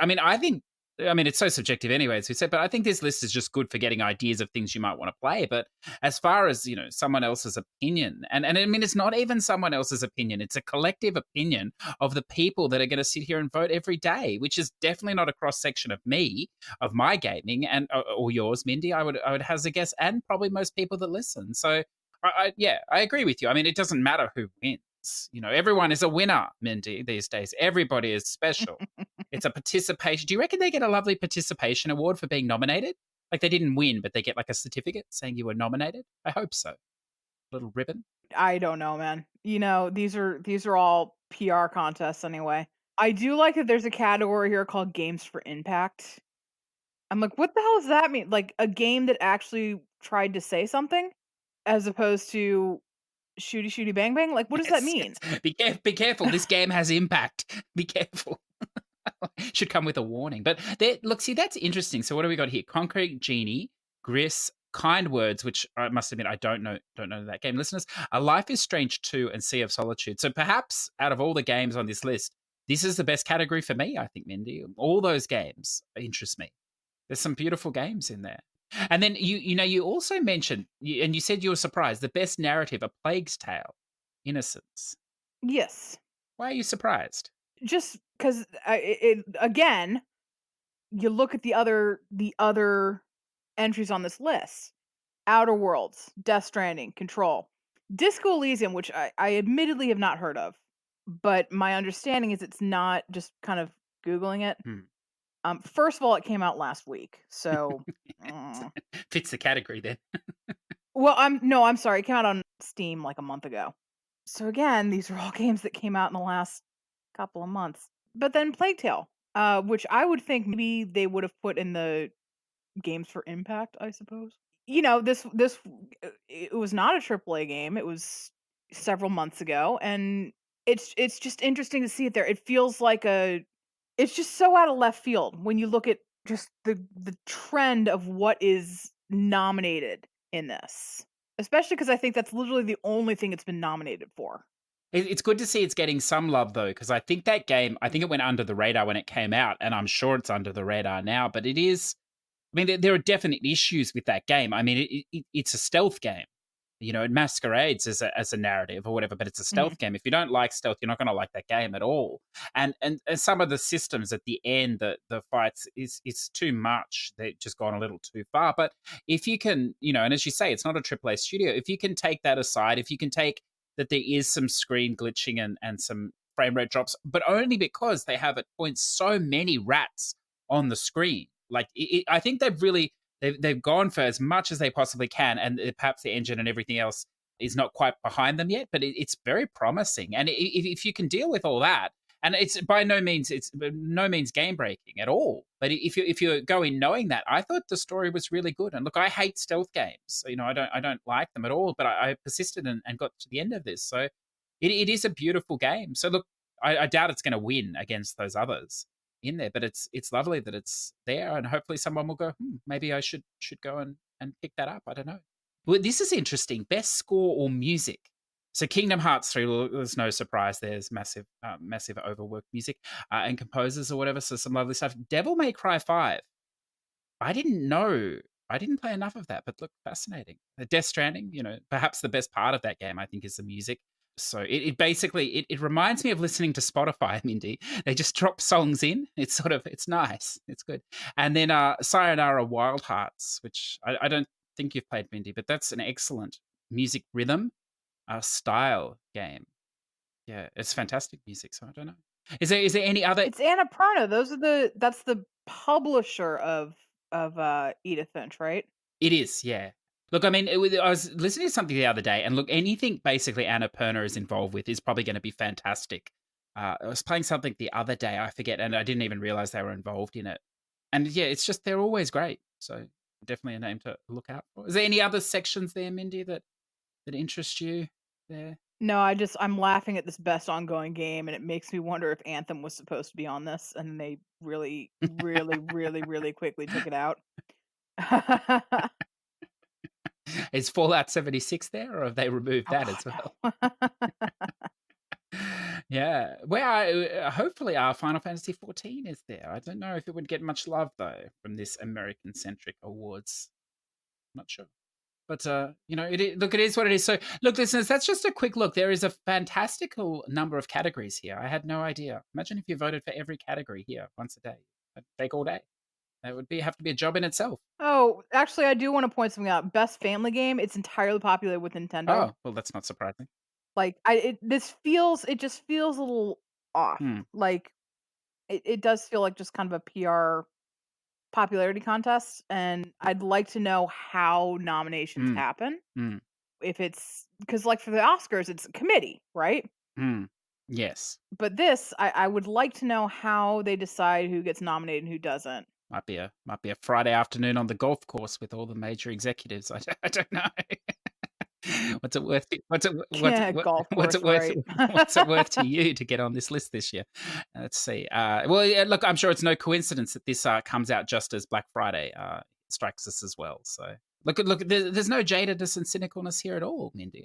I'm impressed. We handled that with total unbiasedness. But look, listeners, it is worth, as we said, it's worth a look for no other reason than just to see if you missed any games this year, and to spark it. And for me, it's interesting because obviously includes PC games. So there's a few there that I've never heard of that would be interesting to follow up on and look at a trailer for. So look, Mindi, why don't we shuffle across to the spam of the week for this week?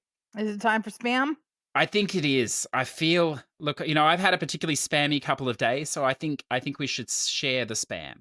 I think I see here, Mindi, that this Boston 10 George person is going to comb through the podcast to look for some spam.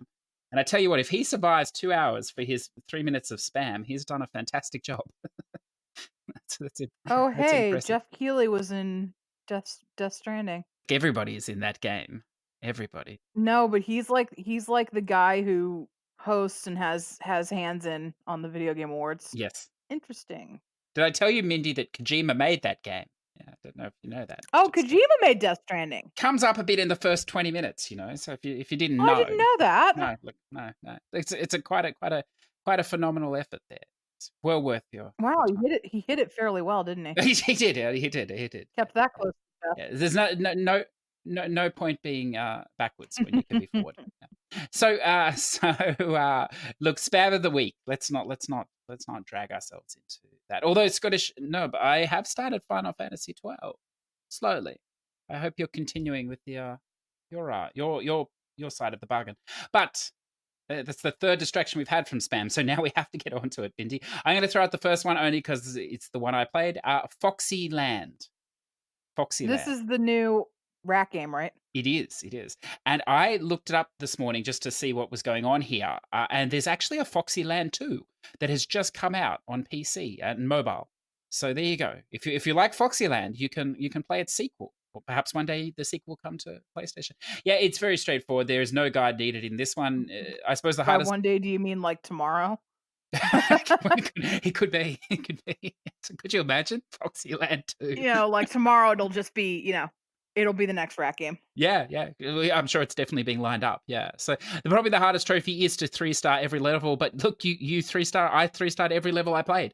So I have a feeling the stars are tied up with getting the gems, and you have to get the gems to open the door. So I think it's impossible not to 3-star a level. Now, having said that, I'm sure someone will work out a way to do it. But I have a feeling it may not be possible. So look, there'll be plenty of stacks of that. It's probably around 20 minutes if you know what you're doing, or half an hour if you're just enjoying the sights, I suppose. But that game does have a double jump as well. Anything with the double jump is good. Mindi, is there anything here? Yeah, I'm gonna go Red Bow, which the list came out last week. This is going to be another rat-alike game because it's the same developer that did My Big Sister and Just Ignore Them. So it's just a question of when it's gonna come out. I also want to throw Jigsaw Solace on here. I love everything about this trophy list. Everything feels just off. If you look at the official picture for the game, it looks like they took and then found the worst font that they had on their computer, and then opened up the picture in MS Paint and just typed Jigsaw Solace onto the picture and made that the official title screen. The trophies are fantastic. The descriptions. Yeah, the descriptions are fantastic. You are really inclined in a good way. I love everything about this trophy list except the fact that it doesn't have a platinum. Other than that, this gets a nomination for trophy list of the year for me. Experience. You could now teach others how to solve puzzles. Oh, yeah. Oh, that's fantastic. Okay. Well, I love everything about this trophy. Absolutely everything about this trophy list. Yeah. I will throw out Stretch. So I don't know if you've heard about this, Mindi. It is technically a spam game of skill, I suppose, but it's not really skill. It's a reaction tester. So it's just, I don't know that skill will help you here. I suppose it's just how young you are potentially, or how addled your senses are by various substances, I suppose, and where your reactions sit. It's an interesting idea. So it's very easy up until it's not, I suppose, until you feel overwhelmed. So that could be anywhere from like level 13 to 16. I understand. I think I'm only on 17 or 16. So that's where it becomes too much for me. But I understand it does get pretty full on. I think there is a way of saving lives and spamming them out, which could potentially help you. But I'm not sure. I think it's one of those games, Mindi. I see some people do it in 20 minutes and other people it's taken 4 hours. So I think it's just natural ability.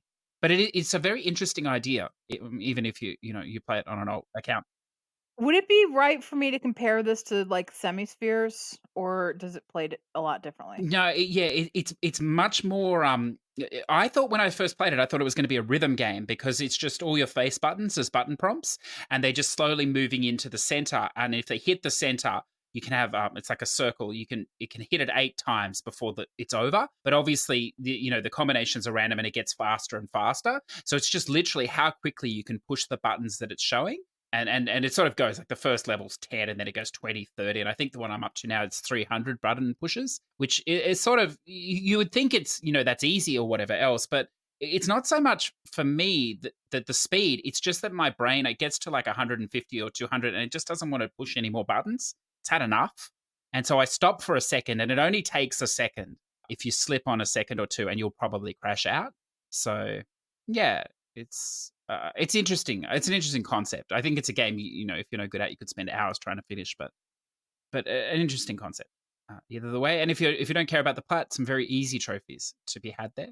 Lots of pick-a-picks coming, Mindi. Lots. There is a lot of pick-a-picks. Pick-a-picks Classic 2. Mm-hmm. This is the kind, I believe this is kind of like, because it's filling in, you're not filling in colors, you're actually just building a picture, which I like. I'm going to throw on Amamane and Ibea. Yes, yep. These are Japanese only. It looks like they're kind of short little, 2 or 3 choice VNs. Like, oh, what are those games called? I'm blanking, but the ones that every trophy whore has on their podcast. You know what I'm talking about, right? Yes, the skippers. Yeah. You just skip them. You don't have. There's no decisions. Yeah, I forget the name. There's a few of those as well. So these are probably the same. They are tagged. This should be fun for you. They are tagged as drama, erotic. Oh, excellent. Yeah. You know what else has been tagged recently as erotic? Just ignore them. Oh, really? I think it might be because, the pixel girl can take her shirt off. Yeah, I was just thinking that. Yes. And I think there's a trophy for getting her to do that, but I found that funny. I tell you what, listeners, if you're looking for eroticism in that, and that's your fill, then I feel that I could help you in other ways. I believe there are other places on the internet you could search. Hell, there are better games that you could search. That's right. Yeah. Oh my goodness. Yeah. Just looking through. I don't know any others. I'll just preface only because I mentioned it last week. This Demo Reborn, and I know you mentioned you have this on Vita, Mindi. Yes. A demo game. Yeah, and I was a little. I mean, these games are never going to be spam, but some rhythm games are a lot easier than others if you play rhythm games, and some are really difficult. Once they start to bring in like 6 to 8 lines of notes coming in, that's where it becomes a little bit too much for me. And unfortunately, this game it does do that. So this game I think would be perfect for you, Mindi, with the exception of the fact that platting it would be incredibly difficult based on some of the hard songs. But it's like there are songs, like it is a rhythm game, but the other half of the game is all like a mystery. Yeah, I don't see. Here's the thing: I don't understand how you would play this on a PS4 because it's a piano game, right? Well, some people have. How does that work on PS4? Like on Vita, you got the touch screen to work with, so you can pretend like it's a piano. Yeah, I'm just trying to think. So there are special controllers you can get for these type of games with more buttons or whatever, or even if you had a custom controller, you could remap it potentially to help you with that. But it's still, I mean, you still, I mean, it's a lot of practice. These games, like, there's definite skill here, but it's also just attrition. Like, I think you'd have to play the songs hundreds of times just to get the patterns in. The easy and normal are fine, but the hard is difficult. But I think what would interest you here, and what I don't particularly like, because I thought it was just going to be a rhythm game, but you would like, is that there are a whole lot of puzzles. So to get the new songs, you have to solve puzzles, and there's rooms, and they're like, shadow puzzles and word puzzles, and it's some really clever stuff in there. Some sort of, like object puzzles and things. So I'm sure you would love that side of it.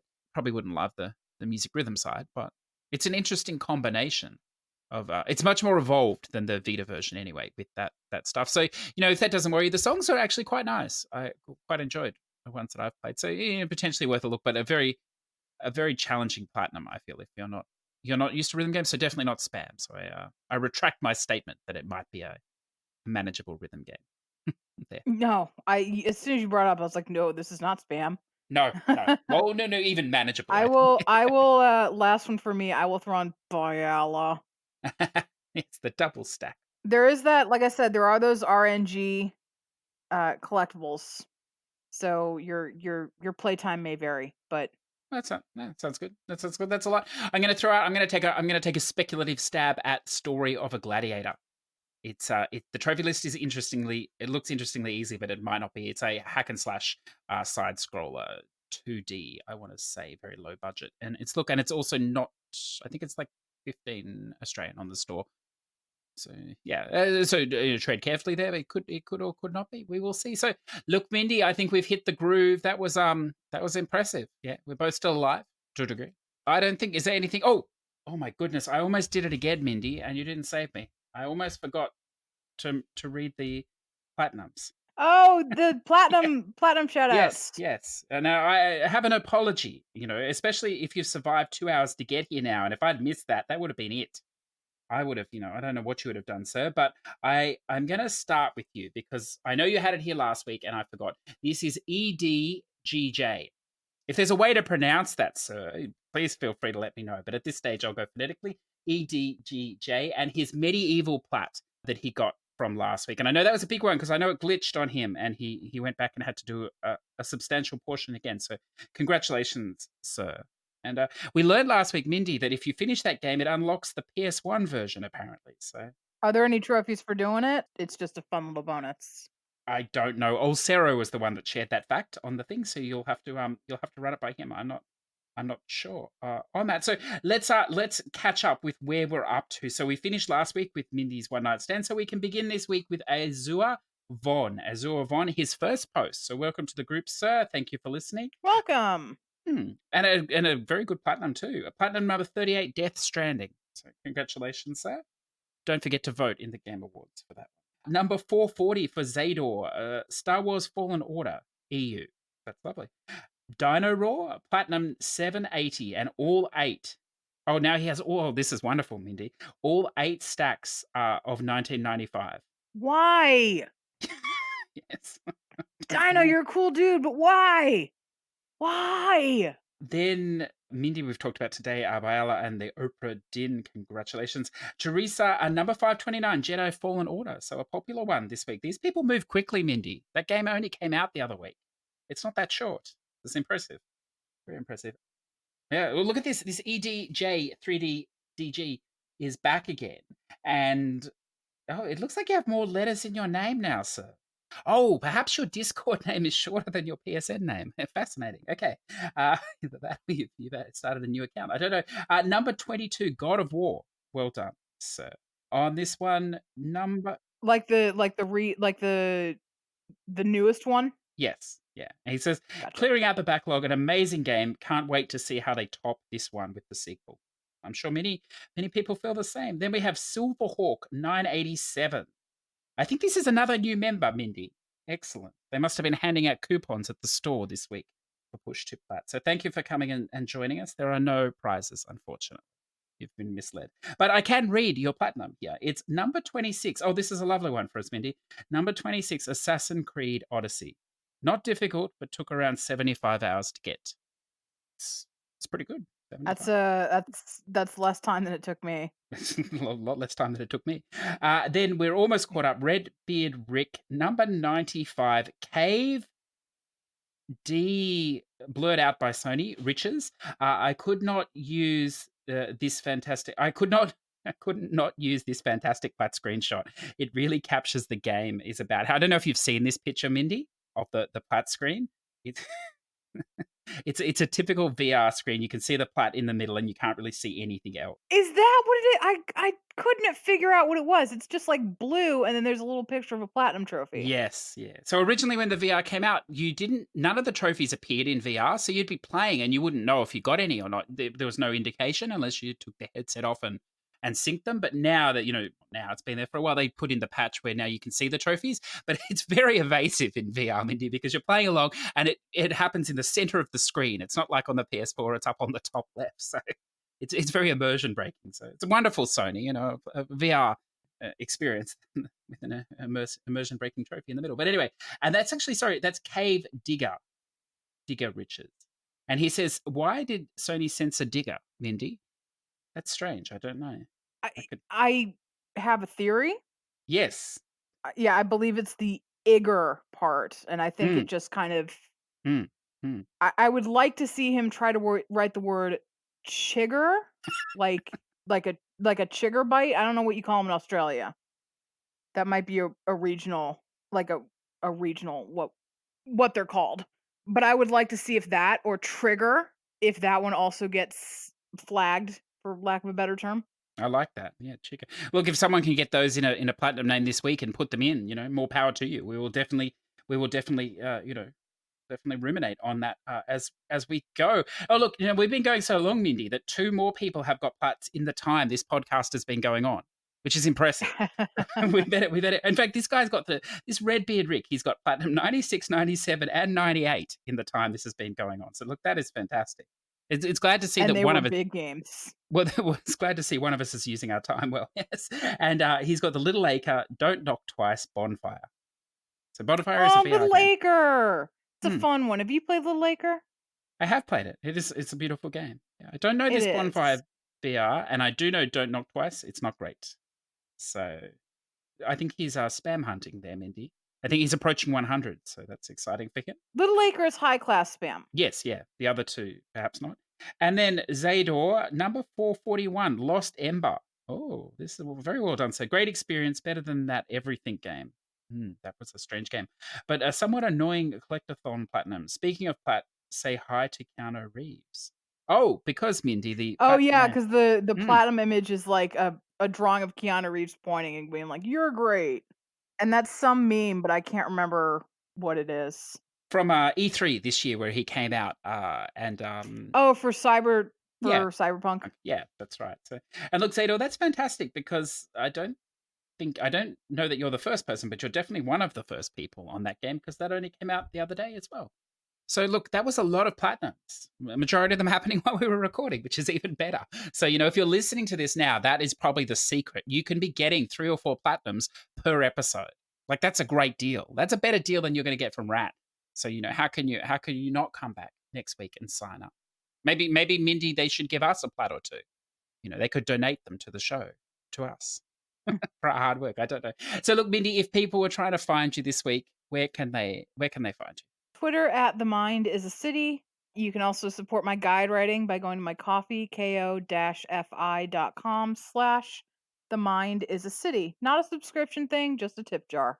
You can find the show on Twitter at push2plat, or you can send us an email at push2plat@gmail.com. Push2Plat is available on all good podcast providers, plus YouTube. If you have a moment in between voting for your game each day, why don't you write us a review? Give us a 5-star liking, or whatever number you think is appropriate. Give us a thumbs up on YouTube, or even better, subscribe. It all helps us out and costs absolutely nothing. So, Mindi. Yes. The marathon has come to an end. I don't know if this is appropriate or not. I don't know if you're supposed to do this, but can I wish you a happy Thanksgiving? Is that what somebody would do in this situation? You may, and thank you. Excellent. Yes, Merry Thanksgiving, Happy Thanksgiving, wherever we're at, and wherever you're at around the world, listeners. I hope you have a wonderful day. May you not exceed your credit limit on Black Friday. May you not be in remorse on Cyber Monday. Until next week, we're out of here. Thank you. See ya. Bye.